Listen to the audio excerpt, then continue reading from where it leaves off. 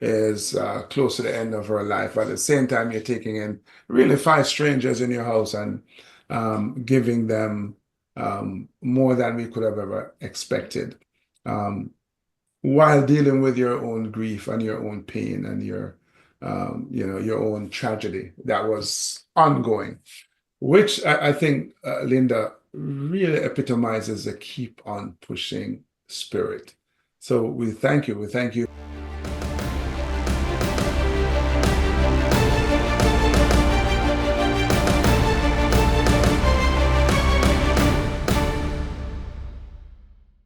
Guys, welcome to Keep On Pushing Stories, a podcast where we do a deep dive into the lives and the mindset of people who have overcome significant challenges. All of us have had to go through challenges, and I've always said that the success principles are universal. And so we have these conversations because we believe that there is a nugget in there for you. So welcome again, and I'm so pleased to welcome my friend Linda Rawson to the program. Linda, welcome to Keep On Pushing Stories. Thank you. I'm so honored to be here. It's been a while, and it's really great to catch up, Linda. We always start by asking our guests what it is that they do. How do they serve? How do you serve, Linda? How do you bring value to the lives of others? Well, I have several different avenues. I own a company called Dinah Grace Enterprises. We're family owned. I own these companies with my daughter. Her and I run these businesses. But Dinah Grace Enterprises, we do tech R&D for the federal government. And currently, we're in a little bit of a pause because of all the things that are going on. But we are hopeful for the future and that we'll be able to serve the federal government in many capacities in the very near future. Then, interestingly enough, on another side of the coin, her and I also own a metaphysical store. So we sell crystals and spell kits and mindset tools on the woo-woo side, which is also a fascinating experience considering a lot of that was developed using science. And then the last thing I do is I consult small businesses, in particular, women and minority owned businesses, on how to obtain federal government contracts, how to get started, how to find the markets, how to find someone in the government that buys what you sell. Indeed. So in So, those avenues, that's how I serve. right, right. No, absolutely. And so we know that if the federal government wants to find you, they know how to. But let's say there's someone who wanted to take advantage, learn more about your mindset tools, their woo-woo side, as you put it, or it's a minority, a person would like to figure out how to connect with the government to sell their goods and services. How would they find you, Linda? The easiest place to find me is on LinkedIn. I'm readily available on any Google search. I don't talk about the metaphysical side as much because I've been in the scientific technical side. It's just something that my daughter and I do for fun. Hmm. And it has actually grown quite a bit. And we're actually turning quite a good revenue from that metaphysical side. But the side that I really make a difference for small business is with my government contracting and consulting. And I take them and hold their hand and show them how to find the business, how to determine what is selling, where to make the contacts, and they can go from there. It's hard for me to just hand them a contract. I'm not going to be able to do that. But Hmm. I can give them the tools and the research capabilities to find what they're looking for, to find their market. Right. And again, if they were interested in that service, they would find you on LinkedIn. Yes. Indeed. All right, cool. So now that we know how to find you, Linda, here's the important question. We'd love to hear your keep on pushing story, a time in your life when you had to deal with some changes, some challenges, overcome some obstacles to get to where you are. So do please tell us your keep on pushing story. Well, I have an interesting story, and it happens to be where I met you. And I believe it was in 2014, 15, 2013, 14, 15, that time period. I maybe 16, 2016. And I had a few of your bobsled members here stay with me, and they were training in Park City, Utah.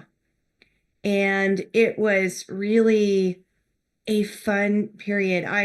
My mother was beginning to pass transition.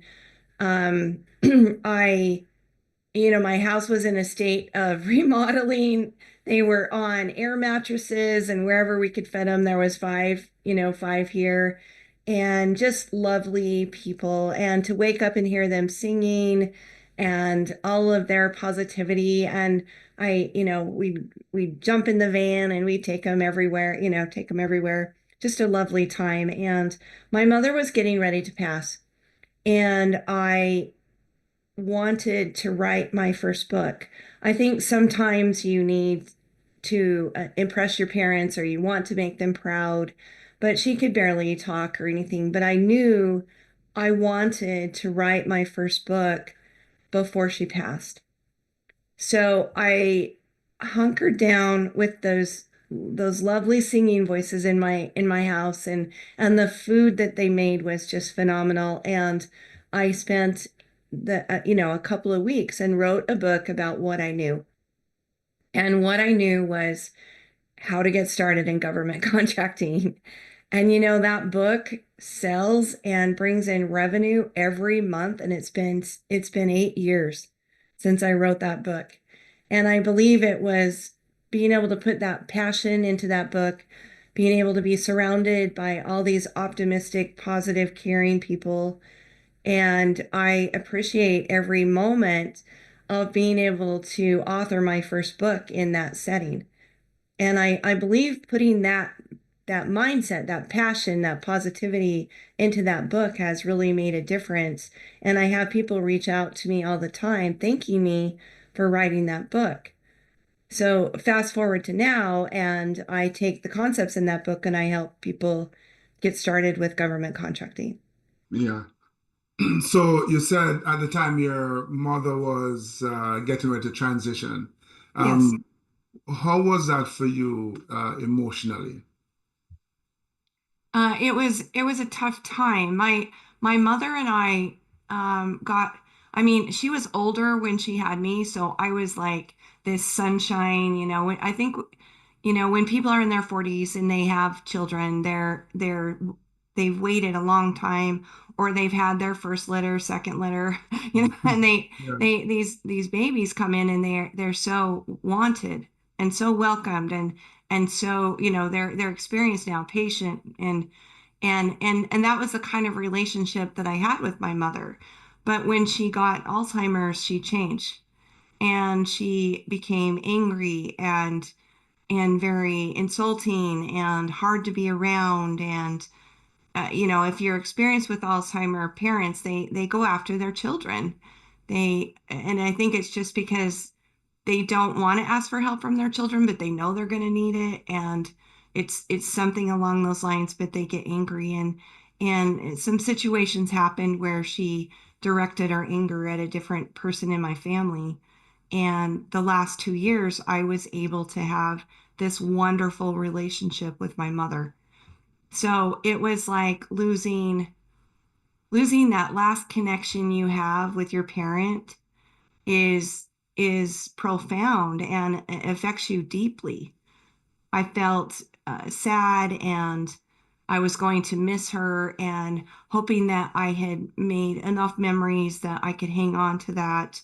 And there's things like you remember their smell, and you remember the way they laughed, and all of those things are tough when a parent passes.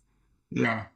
So here it is that you're dealing with this ongoing heartbreak of seeing your mother not just transitioning in terms of she's coming to the end of her natural life, but her entire personality changing, Yeah. and how much that is hurting you as she lashes out. But you have these noisy Jamaicans In your house, talk to me about, how meeting them, taking them in actually, which I'm so will forever be grateful to you for. But how connecting with them help you to deal with this other challenge that was happening at the same time. They took my mind off of it.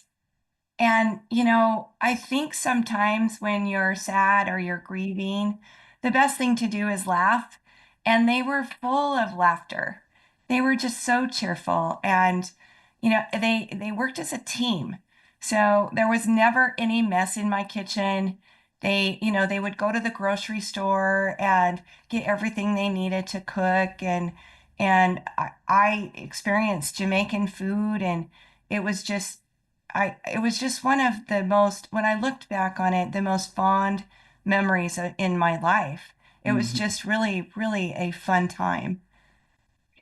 As you're talking about them, and because I'm intimately familiar with their situation at the time, and you talk about their positivity, they're always singing and just their joy for life. But also understanding that part of the reason why we were at your house is because we had no money, we had no sponsorship. So they were going through a rather challenging time as well, trying to learn a sport because they were new in the sport, without all the resources that they needed to uh, be truly successful. Is there anything that you took away from their situation, their mindset, their approach to this enormous challenge that they were facing and still being able to put a brave face on? They they took the challenges by storm. I live on a bench, and they would do their sprints up and down the hill. They worked as hard as they could with what they had. It truly is like similar to the movie as Mhm. far as being able to do rags to riches. Not necessarily riches. They're never going to be, I mean, they could be wealthy, doing Mhm. other things, but they really truly were not given everything that, say, the US team was given. So it truly was their work ethic and their mindset and their attitude that was going to get them further. Yeah, They weren't enabled or given everything to be able to do their job. They had to do it with pure resilience. yeah. So, you're dealing with the challenge with your mother, you're dealing with these Jamaicans, and that somewhere, where did the inspiration, I guess I should ask you, came from to write your first book? The inspiration was I really wanted to make my mother proud. I Mhm. really wanted to be sure. Sometimes we procrastinate to the point that we never get anything done. And it was like a deadline. I work really well with a deadline. And the deadline was, okay, I know she's going to transition in the next month or two, at maybe two. I just need to get this done and out the door and say I did it, and be able to tell her before she transitions. Yeah, yeah. What would you say are the biggest lessons you took away from the experience with dealing with your mom transitioning in all these different ways, dealing with these Jamaicans and what having your house turned upside down in a way and watching them deal with their challenges and I guess getting some inspiration from uh, their outlook on life. Right. I learned so much during that time period. Number one, these people who work so hard with absolutely nothing to try to achieve their dreams. In between, I'm achieving my dream of writing a book. In between, I'm losing the corner point of my life. And that did have that whole year was a lot. After she passed, with grief, it doesn't end there. And she wasn't the first death in my family. I had also lost a brother a few years before that, where I was his primary caretaker.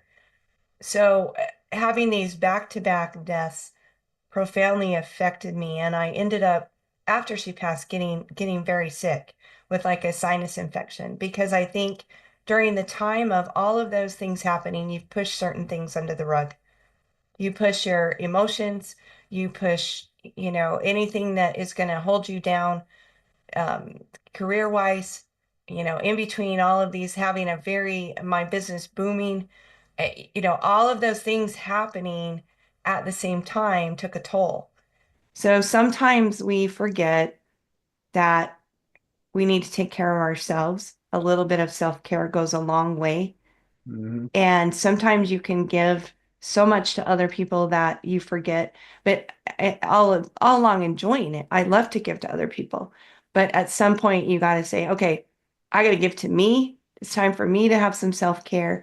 And if you don't give yourself self-care, your body's going to make you give yourself self-care. That's true. Absolutely. Yeah, we talk about that all the time, that often we leave ourselves for the absolute last because we are giving so much, not realizing that if you're not recharging the battery, that's you, then the energy and that which you have to give runs out. And it's very clear from your story that you just shared with us that you're a really giving person. You are taking care of your mom who is close to the end of her life. At the same time, you're taking in really five strangers in your house and giving them more than we could have ever expected, um, while dealing with your own grief and your own pain and your own tragedy that was ongoing, which I think, Linda, really epitomizes the keep on pushing spirit. So we thank you. We thank you for all that you have done, all that you continue to do. And we thank you for the shining example that you are as someone who knows how to keep on pushing. Oh, thank you very much. It's been a pleasure to speak to you. Indeed. Guys, if you enjoyed this, if you found it valuable, then don't forget to share it with someone who you think could benefit. And of course, don't forget to drop a comment and hit that like button, subscribe so you can get other inspiring, amazing stories on this podcast. Until we connect next time, you know what to do. Keep on pushing.